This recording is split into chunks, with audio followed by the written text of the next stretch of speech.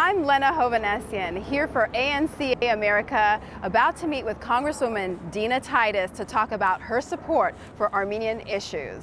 Congresswoman Dina Titus is a veteran elected official from the state of Nevada with a stellar record on human rights pertaining to the Armenian genocide. With 30 years of expertise in teaching political science at UNLV, she turned her attention on the state Senate in 1988, and after 20 years of dedicating herself to public service at the state level, she successfully was elected to Congress in 2009. She currently serves in the 1st Congressional District. She is a co-sponsor for House Resolution 220, a bipartisan measure to recognize and reaffirm the United States' acknowledgement of the Armenian genocide of 1915 to 1923 by the Ottoman Turks, the systematic and genocidal destruction of 1.5 million Armenian people and deportation from the historic homeland. She also supports the Armenian caucus. Presently in Turkey, President Erdogan has cracked down on freedom of expression, and just recently in the Turkish parliament, the terms Armenian genocide have been criminalized. Armenia is the first Christian nation and a budding democracy celebrating 26 years of independence. It shares America's democratic values and seeks global peace and prosperity. Armenia is a long-standing friend and ally to the United States, a country rich in intellectual capital and technology, energy, and mineral resources. It stands to be a valuable trade partner with the United States. Congresswoman, it's a pleasure to have you today. You come from a Greek Orthodox family. Your father and uncle were active in local and state politics in the state of Georgia. What is it that spurred you to become interested in politics at an early age and has led you to a successful career? Well, I'm very proud of my Greek heritage. My grandfather came over here through Ellis Island, and like many Greeks, he was in the restaurant business. He started washing dishes and eventually owned his own restaurant. And it was right across the street from the courthouse. So at the back table, all the local politicians, the sheriff, everybody came in, sat at that back table, drank coffee, and told lies, I think. That was my introduction to politics. And I think his values of democracy and pride of being an American citizen all just kind of were passed on to me, and I think that's part of the reason I wanted to go into public service. After 30 years, you were teaching at UNLV as a professor. What is it that spurred you to transition from teaching to actually doing and being in politics, running for political office? Well, you know, it was a nice combination. I studied political science, I taught political science, I wrote about it. I thought, well, you know, maybe I should just try to do it. And so I ran for the state senate in 1988.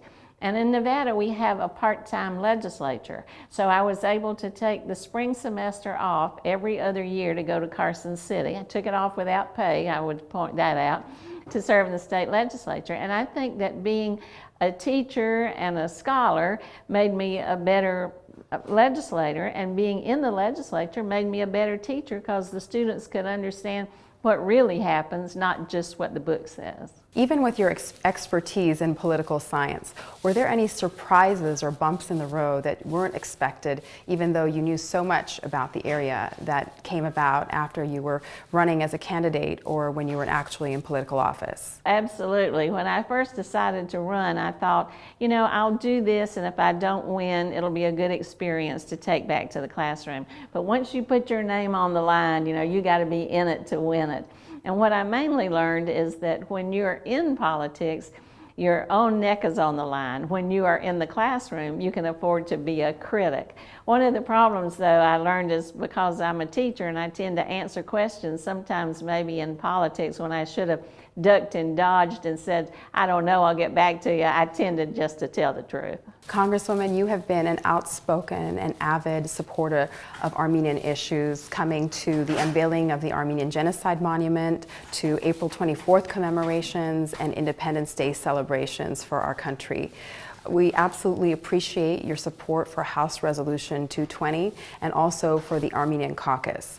What are some additional steps that we can take as a community and to ask for Congress's assistance as far as in the geopolitical realm, giving security to Armenia and Artsakh, and also to further assist Armenia in its economic development? I commend you, all the work you've done in this community, getting that monument established, established and the events that you have, you help to educate the community about Armenia. That's one of the things. You know, it's a small country and it's far away, and many people don't know the history. They don't know the story of the genocide. So it's about as much education as it is advocacy. I would love to work with you through the caucus to find some things that we want to set as our goals in addition to the resolution, and make that a priority for the caucus to get passed through Congress.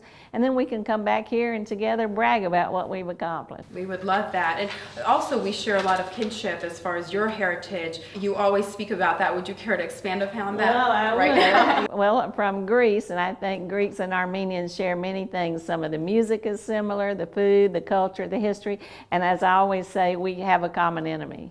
What are your top priorities for your constituents here in Nevada and also on a national scale in Washington, D.C.? Well, this district overlaps with my state Senate district, and I didn't move to this district when they did redistricting, the lines changed, but I love District 1. It is one of the most ethnically diverse districts in the country, and the most in Nevada. You've got a Hispanic east side, an Asian west side, you've got the Armenian church, the Greek church, Ethiopian cab drivers. People from all over the world live here, and people from all over the world come and visit here. And so that makes it a very exciting place to represent. One of my priorities is transportation. I'm on that committee. That doesn't sound very sexy or exciting, but you know, in Las Vegas, we don't make anything except maybe dreams come true. So we got to get people and lobsters and flowers and everything else into this valley to make it work. So transportation is important. Bringing it back home to Vegas, what is your favorite thing to do in Las Vegas? I enjoy taking advantage of entertainment opportunities. We have the Arts District here. The Smith Center is in the district. We go there often. And I enjoy going to ethnic restaurants around town that are not big chains but owned by local people. So that's always a pleasure. And on Sunday afternoon, my mother and sister and I always like to go to the movies.